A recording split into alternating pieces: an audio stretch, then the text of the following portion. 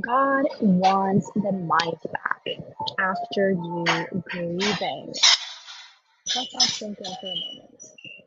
You see, the burial of whomever, whatever you are still holding on to that is out of your life, it needs to happen. The burial needs to happen. But it can't if we insist on reliving the loss forever, or that we insist on trying to figure out why things happen the way that it happened, or why a relationship can evolve the way that it did, or why you changed the way that you did, or why you and your work or the meaning that you found in things previously are no longer meaningful to you. What is it that you haven't buried yet that it is time for you to bury? In Psalms 23:4, it says, even though I've walked through the darkness and the darkest valley, I will fear no evil, for you are with me. And so you are walking through the valley, right? Of thinking back to maybe a previous relationship, or thinking back to the way that you engaged in something previously, or the way that you were before. Maybe even an older version of yourself that you're still clinging on to, trying to become that version again, because maybe everything was so much better back then. This is oftentimes what tends to happen too. We put ourselves or another person or like a memory on a pedestal, and we don't let it, like, we don't take it and bury it.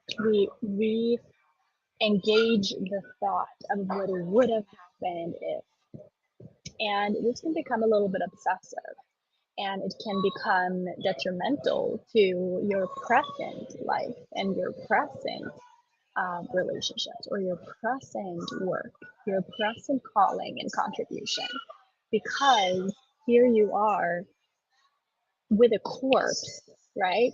And you're not burying what needs to be buried. And even just acknowledging that is the case in your life, that in itself can be really helpful for you in at least taking up the spade, if that makes sense, to start the burial and be like, okay, I'm gonna get ready to bury at least. I'm no longer gonna just have this place over here and revisit it every now and then, because it's preventing you from allowing the life force in you to change something for yourself or for other people around you, right? So here you are, maybe still in the land of the living, even when you're mourning here, even when you're mourning something that should have actually been buried a longer while back, but you're still engaging and re-engaging and re-engaging. So you end up making the loss then the focus of your existence, the loss of this version of yourself that you wish you were, the loss of a person that had an impact on your life, the loss of a fantasy of what could have been, or like an idea of what could have evolved if you stayed in it, right? That's a fantasy. And you're ending up making the loss the focus of your existence, or even not even just a loss. You're making you're making um, sort of this this previous experience the focus of your experience, if that makes sense. The previous experience becomes drawn into this present moment. And when that tends to happen, again, it's as if we are not burying what needs to be buried. So you end up making the loss the focus of your existence rather than a weight point on the journey. The weight point on the journey becomes that loss, or becomes that thing that you haven't buried. And you can allow, obviously, that previous experience or that previous version of yourself, or a previous relationship, or a previous work or calling that you had, you can allow it to be like a weight point on your journey. That, yes, you can acknowledge that that season was hard or tough, maybe, or maybe you can say that, oh, that high that I had back then, maybe it's not the weight point on the journey, maybe it's a high point on the journey, and you can acknowledge it, but you still gotta bury it. You see, that's the thing, we gotta bury both, like the things that we feel had a negative impact on us, and the things that were hard, and we also gotta bury the things that were on the high note of things. We can still allow it to sort of get buried, and we can still revisit the impact of it. But the impact cannot fully settle into you until you do this, until you make this commitment.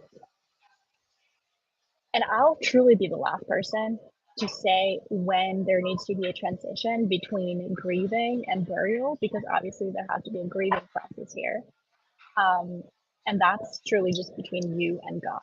Because I don't know where you are in your journey in between like the actual loss, the grieving, and the burial. But I think that we need to take this philosophy of the burial and at least entertain it at some point, because if not, we just allow for these things to be prolonged so much so that it interrupts everything else in our life, or it interrupts the way that we can be present with what is. You see? So maybe God is giving you a nudge right now to give him the microphone back, right? Giving the microphone back, because if God does not have the microphone, the things that you previously entertained, the previous relationship, the previous dynamic, the previous self, that is what gets the microphone. That is what gets to write your story. Versus if you give it to God, you truly then allow him to like give you some insight and some intuitions and some inner guidance and guidance from above and beyond to know how to be present in your daily life, so that you get to be a clear vessel, a spacious vessel to be created for you.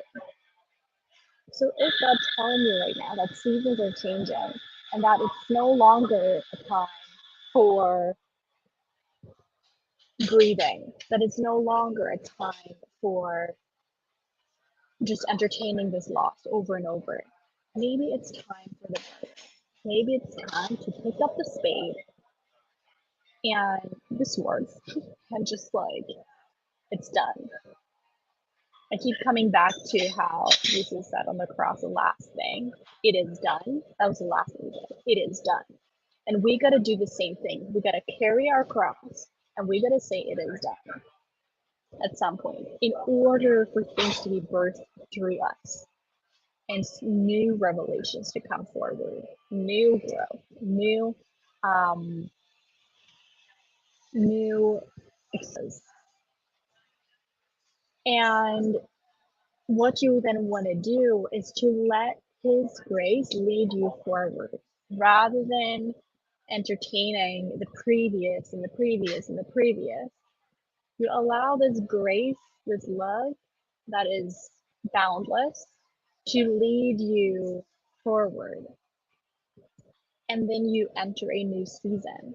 And it's obviously not like the things that you experienced previously, the people that influenced your life previously, that they're not going to continue sort of living through you in some way.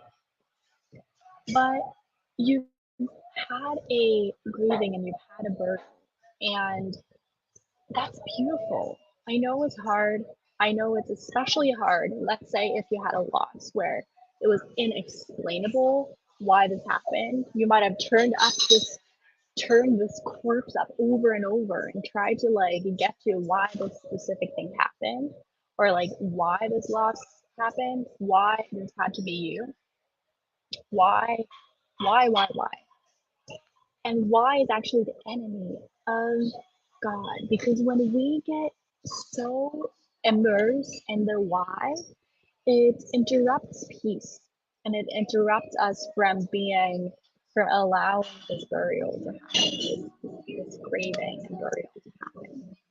So I trust God to deliver this message to whomever needed to hear it right now.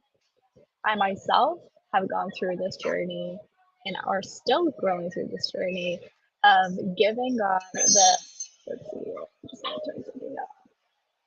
There we go. I got up like super early today.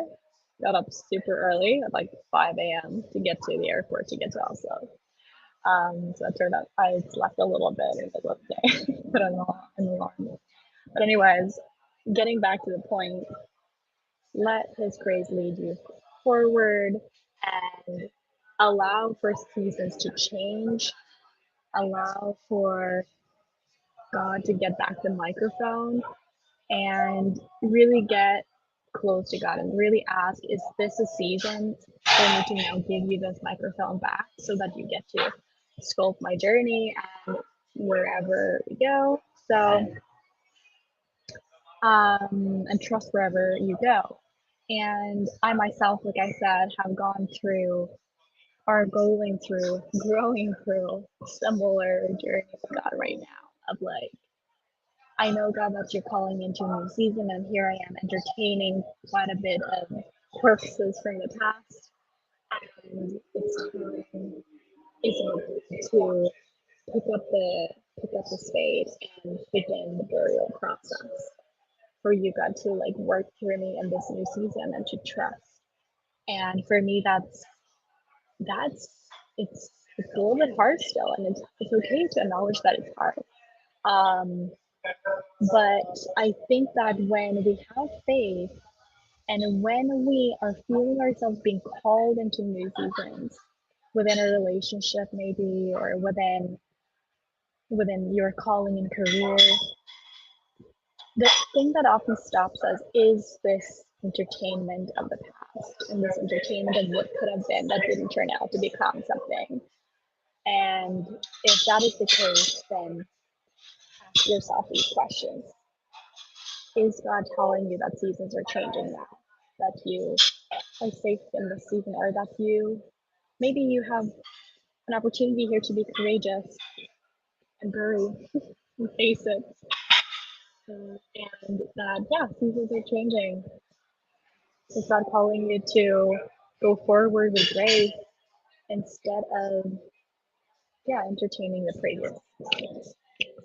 This and so much more we also sort of have conversations about and sort of even pray about in the garden community. So you can go to bloomdown.com/waitlist to join the waitlist for the community, because I think that it's crucial to have a community where we together can navigate the process, the continual process actually, of both loss, letting go. It's a big thing, grieving, and burial, because these are three things that we gotta master, that we have an opportunity to master in our life. The sooner the sooner the better.